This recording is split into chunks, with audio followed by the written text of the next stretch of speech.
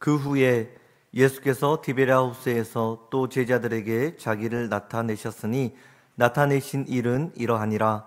시몬 베드로와 디두모라 하는 도마와 갈릴리 가나 사람 나다나엘과 세베대의 아들들과 또 다른 제자 둘이 함께 있더니 시몬 베드로가 나는 물고기 잡으러 가노라 하니 그들이 우리도 함께 가겠다 하고 나가서 배에 올랐으나 그날 밤에 아무것도 잡지 못하였더니 날이 새어갈 때에 예수께서 바닷가에 서셨으나 제자들이 예수이신 줄 알지 못하는지라.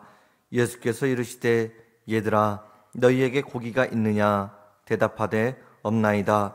이르시되 그물을 배 오른편에 던지라. 그리하면 잡으리라 하시니 이에 던졌더니 물고기가 많아 그물을 들 수 없더라. 예수께서 사랑하시는 그 제자가 베드로에게 이르되 주님이시라 하니 시몬 베드로가 벗고 있다가 주님이라 하는 말을 듣고 겉옷을 두른 후에 바다로 뛰어 내리더라.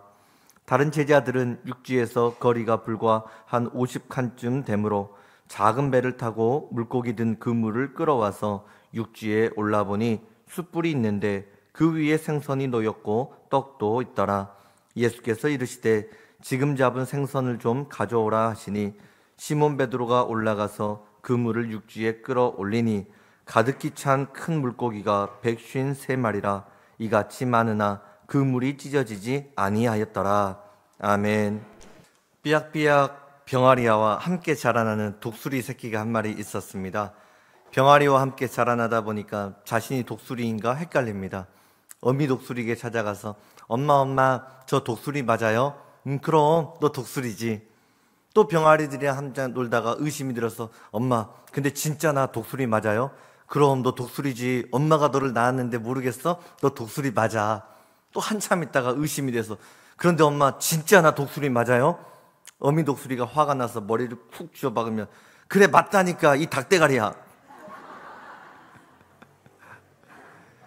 자신이 독수리다 이 사실을 믿지 못하면 닭대가리 되는 것 아닙니까? 예수님 부활하셨다 이 사실 믿지 못하면 구원받지 못한 성도가 됩니다. 예수님 부활하셨다 이것 믿지 못하면 천국 없는 믿음 생활을 하는 것입니다. 여러분 예수님 부활하셨습니다.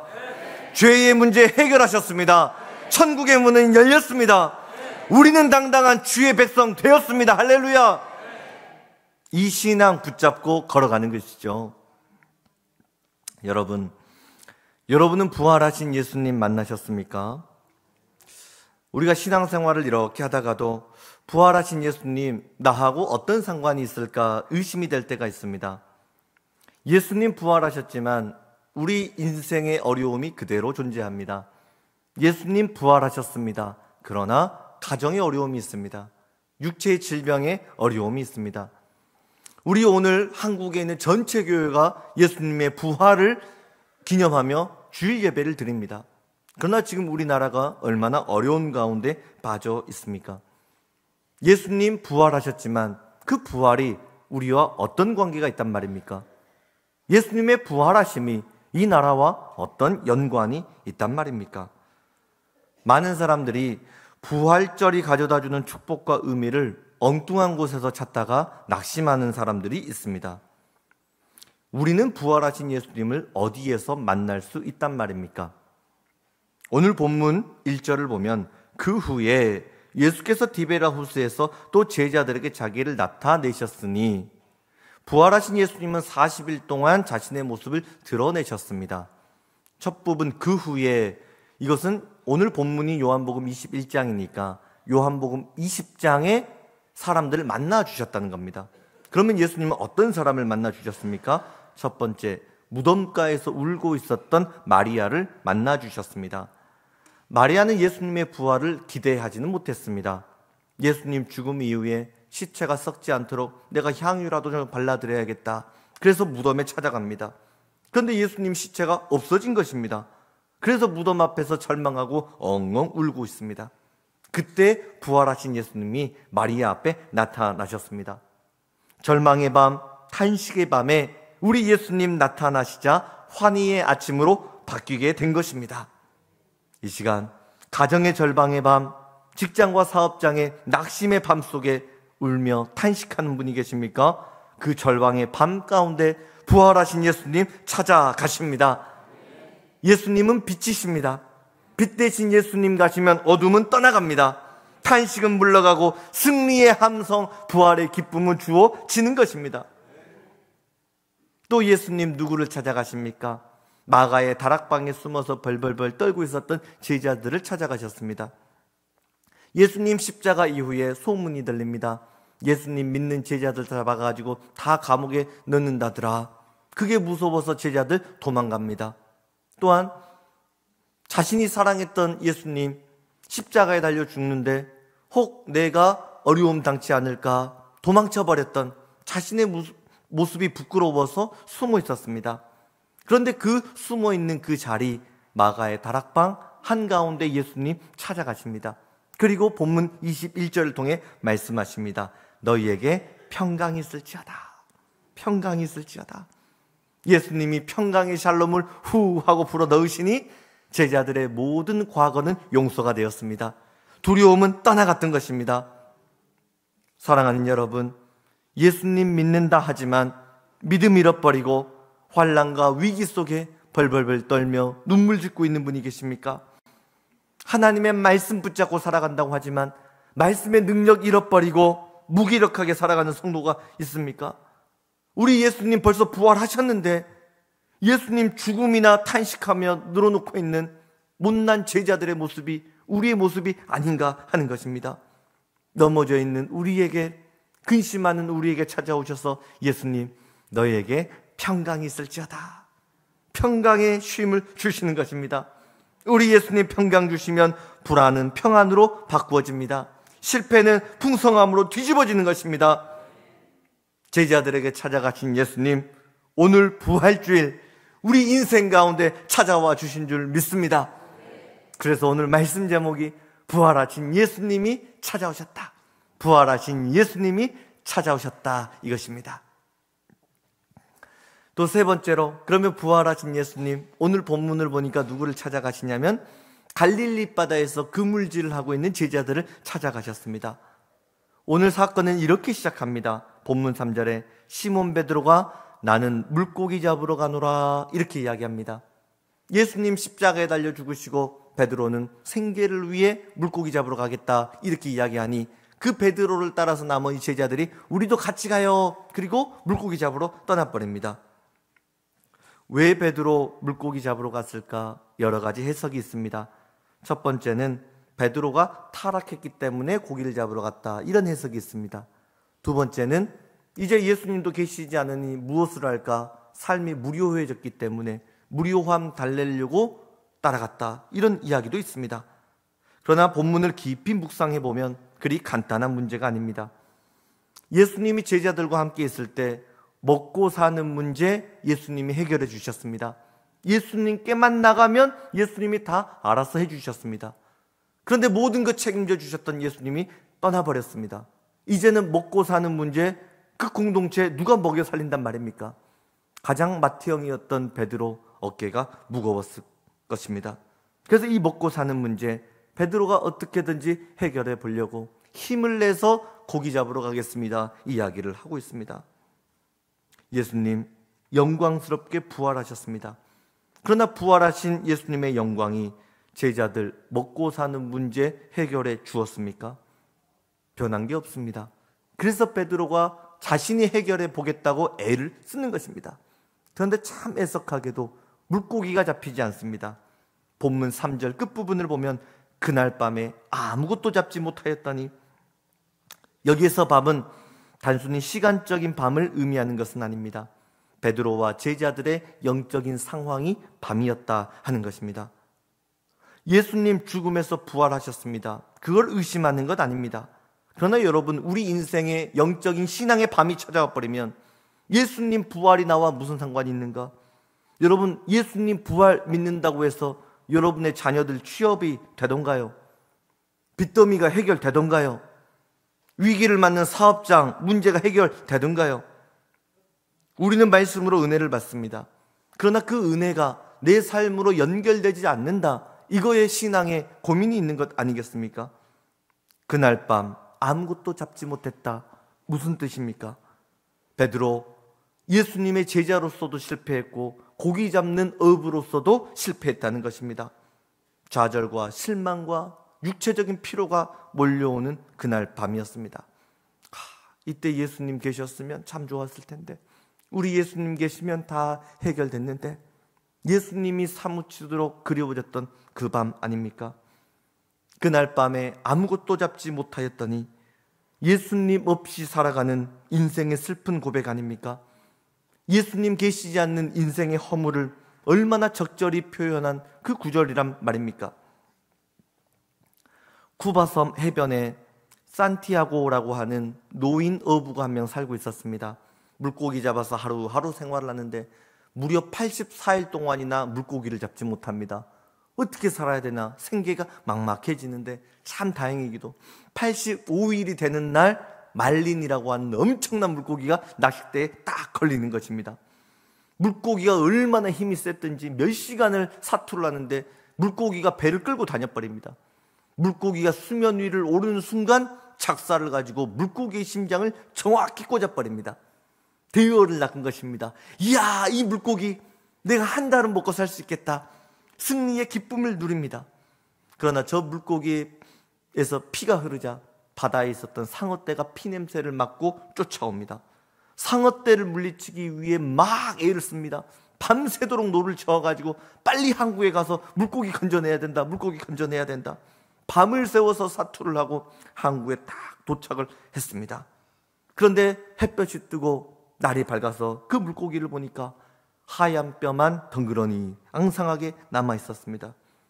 노인, 그 뼈만 남은 큰 물고기를 허망하게 쳐다봅니다. 그리고 지칠 대로 지친 몸을 이끌고 침대로 들어가서 깊은 잠에 빠졌습니다.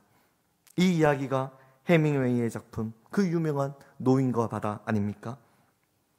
85일 만에 긴 기다림과 인내 끝에 큰 물고기를 잡았지만 결론은 뼈만 남아 있었다. 무엇을 이야기하는 것입니까? 우리 인생에 있어서 지금 누리는 영광과 성공을 붙잡는 기쁨은 순간이라는 것입니다. 안개처럼 잠깐 있다가 사라져버리는 허상에 불과하다. 이것을 꼬집는 이야기 아닙니까? 이것은 실존주의의 한 작품으로 끝나는 것이 아니라 우리 인생의 결론을 보여주는 이야기입니다. 수고하고 애를 썼지만 결국에는 장례식장에서 아무것도 가지고 갈 수 없는 인생, 인간의 허망을 보여주는 그 작품이 아니란 말입니까? 그러나 이런 허망한 인생 가운데 성경은 그것이 너희의 인생의 전부가 아니다. 사망아, 너희의 쏘는 것이 어디 있느냐? 죽음의 권세를 당당히 꾸짖습니다. 여러분, 언제나 절망의 순간에, 허망한 순간에 부활하신 예수님 나를 찾아와 주십니다. 내가 절망하고 있을 때, 나를 도와줄 사람 아무도 없을 때 예수님 찾아와 주십니다. 예수님 찾아와 주시면, 부활하신 예수님과 함께 걸어가기만 하면 뼈만 남은 앙상한 인생이 아니라 천국의 열매가 맺히는 것입니다. 영생의 열매가 맺히는 것입니다. 내 힘 의지하고 맺게 되는 열매는 잠깐 있다가 사라져버리는 헛상입니다. 그러나 부활하신 주님과 함께 걸어가는 길에는 믿음의 열매가 있습니다. 천국의 열매가 있는 것입니다. 오늘 본문 말씀을 보면 계속 5절로 사건이 진행됩니다. 5절, 예수께서 이르시되 얘들아 너희에게 고기가 있느냐? 대답하되 없나이다. 예수님은 제자들을 얘들아 이렇게 부르십니다. 굉장히 친근한 호칭입니다. 그런데 이 얘들아, 이 단어에는 영적인 의미가 있습니다. 어린 아기들은 눈에 보이면 있다고 생각하고 안 보이면 없다고 생각합니다. 그래서 엄마 아빠가 아이들과 깍꿍놀이를 합니다. 손바닥으로 얼굴을 딱 가리면 아기들이 엄마가 사라졌네 하고 앙 하고 울려고 합니다. 앙 울려고 할 때 손바닥을 펼치고 깍꿍, 우리 애기 아빠 여기 있네, 엄마 여기 있네, 그러면 엄마가 나타났네 신기해서 까르르르 웃습니다. 마찬가지로 지금 제자들이 하는 행동과 신앙의 수준이 아이들 수준이라는 것입니다. 제자들, 눈에 예수님 안 보이면 없다고 생각했습니다. 느껴지지 않으면 예수님 나 외면하셨구나 이렇게 생각하는 게 아이들이었습니다. 제자들이었습니다. 예수님 보이지도 않고 느껴지지도 않는데 내 직장, 내 먹고 사는 문제, 학교 생활, 사회 생활 무슨 도움이 됩니까? 이렇게 이야기하고 살아가는 우리의 모습을 보여주는 것 아닙니까? 여러분, 누가 뭐라 하더라도 우리 예수님 부활하셨습니다. 예수님은 죽음의 문제를 해결해 주셨습니다. 영원한 지옥에 있는 나를 구원하셔서 천국으로 옮겨주셨습니다. 그 어떤 존재도 해결할 수 없었던 이 엄청난 문제, 죄사함의 문제, 축복의 문제, 천국의 문제를 예수님 해결해 주셨습니다. 예수님이 이 엄청난 역사를 허락해 주셨다면 내 삶 속에서 만나게 되는 크고 작은 일들 주님 허락해 주십니다. 길을 열어 주시는 것입니다. 여러분, 이것을 믿는 것이 믿음입니다. 지옥의 권세가 깨 부셔졌다면 내 가정의 어려움 부셔지는 것입니다. 천국의 문이 활짝 열렸다면 위기 가운데 인생의 문, 구원의 문은 열리는 것입니다. 이것을 믿는 게 부활신앙입니다. 그래서 위기를 만났을 때 우리가 정말로 부활하신 예수님을 만난다면 위기 가운데 기회를 노래하는 사람, 이게 성도입니다. 야, 천국의 문을 열어주셨구나. 그러면 오늘 우리 이 가정 가운데 물질의 문제, 예수님 어떻게 생각해 주실까? 어떻게 열어주실까? 이것을 기대하는 게 부활신앙입니다. 여러분, 어려움이 있습니까? 문제가 있었습니까? 부활신앙을 믿는다면 천국문 열어주는 것처럼 하나님이 우리 가정의 문제를 열어주신다. 직장의 문제 열어주신다. 이 나라의 위기를 열어주신다. 할렐루야. 그래서 위기를 만난다면 우리의 신앙은 어떻게 돼야 되냐면, 이 위기를 통해서 하나님은 내가 어떻게 살아가기를 원하실까? 이 어려움 가운데 나는 어떻게 낙심한 사람들에게 낙심하지 마세요. 예수 부활 생명이 있습니다. 복음을 전하고 그들을 일으켜 세울 수 있단 말인가? 이게 부활 신앙을 믿는 사람들이 해야 되는 고민이라는 것입니다. 제자들 물고기 잡으러 갔습니다. 물고기 잡으러 간 것 잘못 아니죠. 땀을 흘리며 애를 쓰고 일하는 것 잘못 아닙니다. 그러나 문제는 부활하신 예수님 없어도 내가 가진 힘으로 문제 해결할 수 있다. 이게 문제였다라고 하는 것입니다. 여러분, 우리가 살아가는 이 시대는 예수님 없는 성공을 향해 달려가는 세상 아닙니까? 우리 자녀들도 시험 기간이 되면은요, 예배보다 학원이 우선입니다. 부활주일날 항상 부흥회 축제할 때 고민이 뭔지 아세요? 청소년 아이들 시험 기간이랑 항상 겹칩니다. 지혜의 근본은 예수님이신데 예수님 계시지 않아도 좋은 과외 선생님 하나 잘 만나면 공부하면 성공할 수 있다. 이게 지금 이 시대의 교육 모습 아닙니까? 신앙생활 열심히 하다가도 급한 문제 생기면 주일날 교회에 스탑해버립니다. 문제 해결이 우선이라는 것이죠. 황금 연휴가 되면 어디 놀러 갈까 이렇게 생각합니다. 지금은 황금 연휴가 치면 주일 빠지고 놀러 가잖아요. 그럼 어떻게 해요? 온라인으로 예배 쳐다보고 예배 드렸다 이야기를 합니다. 여러분, 인터넷 예배 죄송합니다. 예배 아닙니다. 지금 우리 교회도 온라인으로 예배를 드리고 있지만 이것은 예수님이 인정하실 만한 이유를 가진 그 분들을 위한 예배라는 겁니다. 몸이 도저히 아파서 교회 나올 수 없는 분들, 병상에 누워서 하나님 저 예배도 못 드리는데 어떻게 해요? 그들을 위한, 그들을 배려하기 위한 하나님의 사랑, 이게 온라인 예배지 내가 편하고 싶어서 만든 예배, 이게 온라인 예배가 아니라는 것입니다.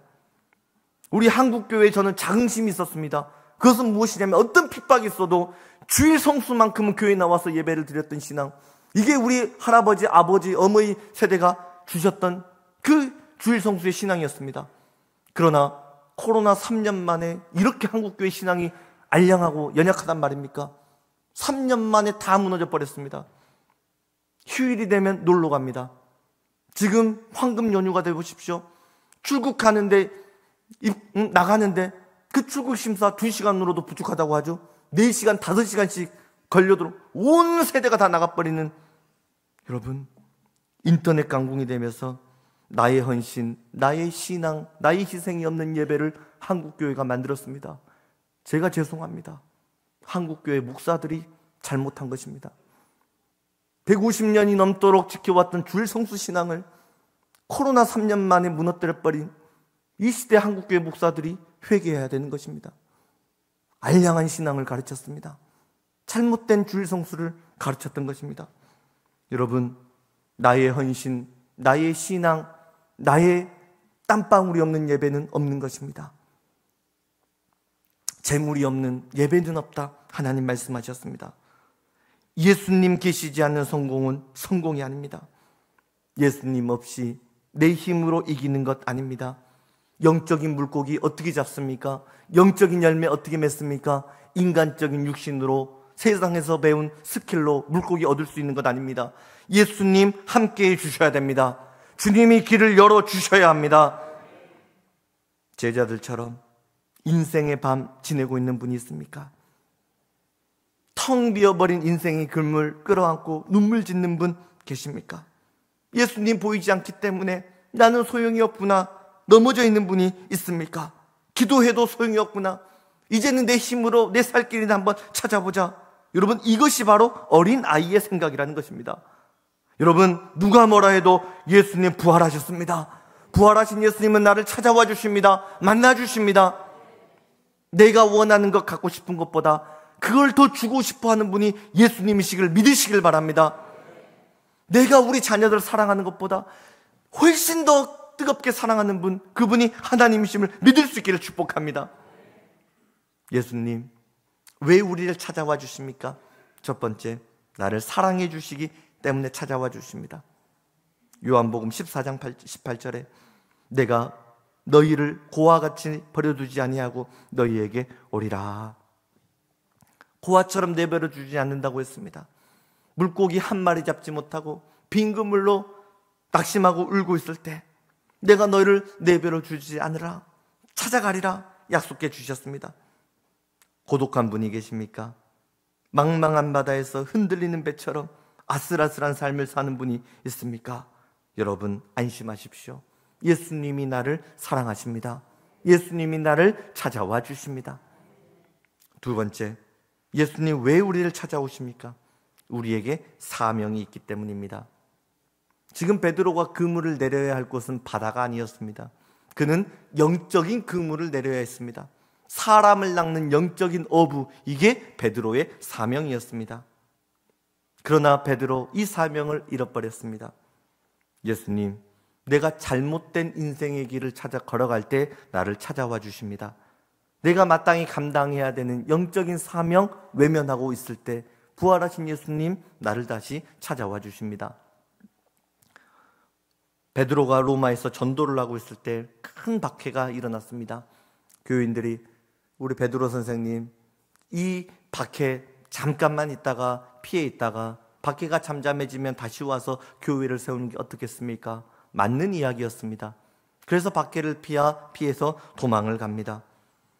새벽에 로마 언덕을 넘어가고 있는데 아침 햇살이 쫙 비치는데 예수님이 로마를 향해서 걸어옵니다. 베드로가 깜짝 놀랐어. 코바디스 도미네, 코바디스 도미네. 주여, 어디로 가십니까? 예수님, 이 새벽에 급하게 그렇게 어디를 가십니까? 이때 베드로, 예수님 말씀, 베드로야, 네가 버리는 약물이 돌보기 위해 내가 다시 로마로 들어간다. 한 번 더 십자가에 매달려 죽기 위해 내가 지금 로마로 내려가고 있다. 예수님의 그 음성을 듣고 베드로 다시 로마로 들어가서 복음 전하다 순교했다. 이런 믿음의 고백이 전해 오는 것입니다. 자기 사명 회피하고 떠나는 사람, 그들을 다시 붙잡아 주시기 위해 예수님 찾아가십니다. 세 번째로, 우리 예수님 왜 찾아오십니까? 축복해 주시기 위해 주님 찾아와 주시는 것입니다. 빈 그물 들고 낙심하는 인생, 예수님 기뻐하는 삶이 아닙니다. 그 인생의 빈 그물 채워주시기 위해 우리 예수님 찾아와 주십니다.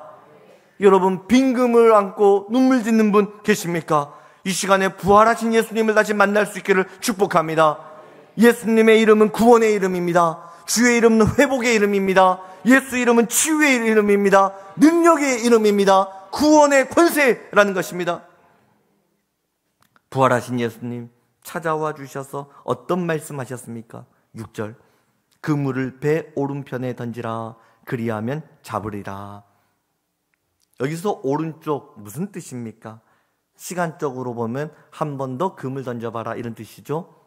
공간적으로 보면 물고기가 잡힐 만한 곳에다가 다시 내려봐라, 이런 뜻이죠. 믿음으로 보면 말씀에 순종해서 그물을 던져라, 이런 뜻입니다. 그러나 성경 전체에서 보면 특별한 의미가 있습니다. 신약 성경 전체에서 오른쪽은 구원의 길을 의미합니다. 왼편은 지옥의 길을 의미합니다. 오른편, 예수님의 구원의 자리, 이걸 상징하고 있다는 것입니다. 베드로, 나는 고기 잡으러 가겠습니다. 그리고 갈릴리 바다로 나갔습니다. 세상으로 나갔습니다. 주님을 등지고 말았습니다. 그래서 오른쪽에 그물을 내려라. 베드로야, 너의 인생의 방향을 다시 예수 십자가를 향해라. 복음을 향해라. 천국으로 인생의 뱃머리를 돌려라, 이런 뜻입니다. 오른쪽에 그물을 던지라는 말씀은 너희는 먼저 그의 나라와 그의 의를 구하라. 하나님께 돌아오라. 인생의 주사위를 말씀 중심, 신앙 중심, 순종 중심으로 살아가라. 인생의 방향을 예수님을 향해 전환하라, 이런 뜻입니다. 지금 베드로가 그물을 던진 이 갈릴리 바다가 어떤 바다입니까? 3년 전에 예수님 알지 못할 때 베드로는 꽤 유명한 베테랑 어부였습니다. 그런데 그날따라 물고기 한 마리를 잡지 못합니다. 그런데 웬 젊은 30대 청년이 오더니 좀 더 깊은 곳에 가서 그물 내려보세요. 그냥 그 말씀 따라서 그물을 내려봤더니 이게 들 수도 없을 정도로 엄청나게 많은 물고기가 잡혀버리는 겁니다. 야, 이거는 인간의 지혜로는 불가능한 일이구나. 여기 있는 젊은 청년, 이분이 구세주시구나. 이분이 메시아이구나. 주여 나를 떠나소서, 나는 죄인입니다. 그때 예수님이 말씀하셨습니다. 베드로야, 내가 너를 사람을 낚는 어부가 되게 하리라. 그 음성을 듣고 나서 베드로가 예수님을 쫓아가는데 그 위대한 장면을 누가복음 5장은 이렇게 설명했습니다. 그들이 배들을 육지에 대고 모든 것을 버려두고 예수를 따르니라. 모든 것을 버렸다는 겁니다. 지금 잡은 물고기도 놔두고 배도 놔두고 그물도 놔두고 가족도 놔두고 예수님만 따라갔다는 겁니다. 그렇게 3년 동안 예수를 따라 헌신을 합니다. 그러나 예수님 십자가 달려 죽으신 이후에 생계 문제 때문에, 먹고 사는 문제 때문에 옛날에 버려두었던 배선물과 같은 것들을 다시 붙잡기 시작했던 것입니다. 그것이 왼편의 삶이라고 오늘 성경은 이야기를 하고 있습니다. 위기를 만났기 때문에, 실패했기 때문에, 건강을 잃어버렸기 때문에 이제는 신앙도 그만두고 기도도 포기하고 말씀 의지하는 거 깨끗이 포기하고 내 방법대로 내 힘과 능력 믿으며 한번 세상 살아보자. 여러분, 이렇게 생각한 분이 계십니까? 그것이 바로 왼편의 삶이요 어린아이의 신앙이라는 것입니다. 여러분, 위기를 만났다면, 고난을 만났다면 여러분의 인생의 자리를 오른편으로 다시 한번 예수님을 향해 전환할 수 있기를 축복합니다. 문제를 만났다면 너의 인생의 그물 오른편에 내려라. 하나님의 음성이 들려야 되는 것입니다. 언제나 위기는 기회가 됩니다. 베드로, 인생의 그물을 오른편에 돌려서 다시 한번 초대교회의 위대한 사역자로 하나님 세워지는 기회를 주신 것 아닙니까? 여러분, 위기를 만났다면 오른편에 그물을 던지십시오. 기도의 그물을 내리십시오. 예배의 그물을 내리십시오.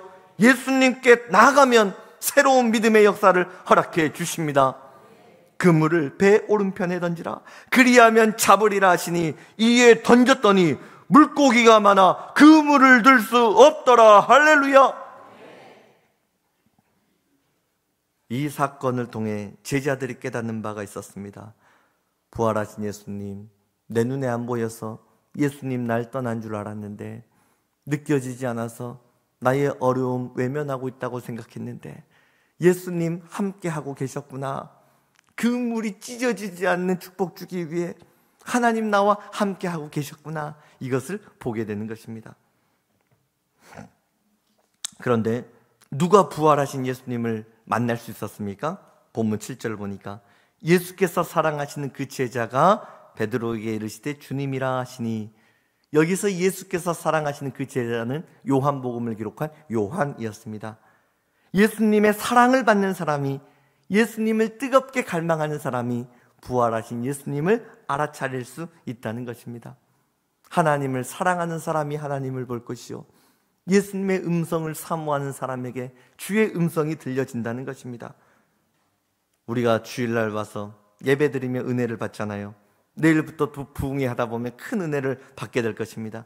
그런데 어떤 분들 이런 말씀을 하시는 분들이 있어요.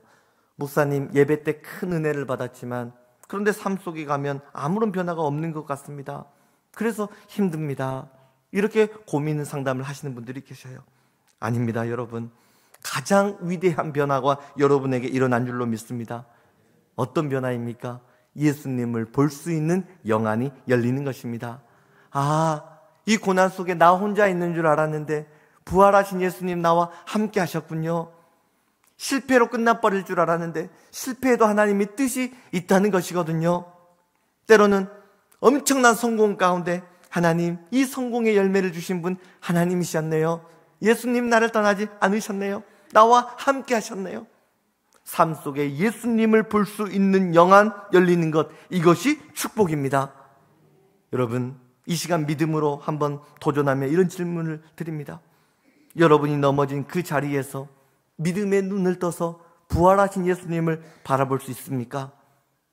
실패한 그물, 텅 빈 그물, 그곳에서 나의 그물을 채워주기 위해 기다리고 계시는 예수님이 보이신단 말입니까? 여러분, 눈에 예수님 보이지 않는다고 해서 낙심하지 마십시오. 절망하지 마십시오. 예수님 우리를 떠난 것이 아닙니다. 그 어려움 가운데 예수님 나와 함께하고 계십니다. 나를 도와주고 계십니다. 예수님 나를 고아처럼 버려두지 않습니다. 세상 끝날까지 내가 너와 함께하리라. 할렐루야.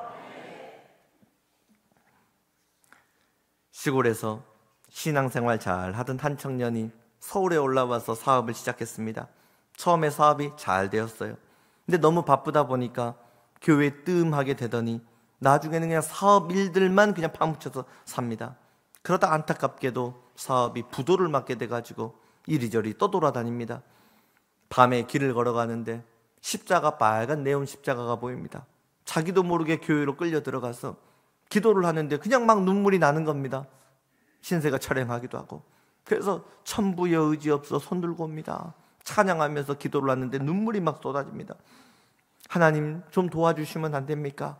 좀 살려주시면 안 됩니까? 하나님 어떡합니까? 막 기도를 하는데 이게 기도 가운데 든 생각인지 환상으로 보인 건지는 모르겠지만 153이라고 하는 숫자가 눈앞에 계속 왔다 갔다 하는 겁니다. 이게 뭘까? 저녁에 누가 교회에서 기도하니까 목사님이 내려와 보입니다. 그래서 목사님께 자초지종을 설명하고 자꾸 153 숫자가 보이는데 이게 뭡니까?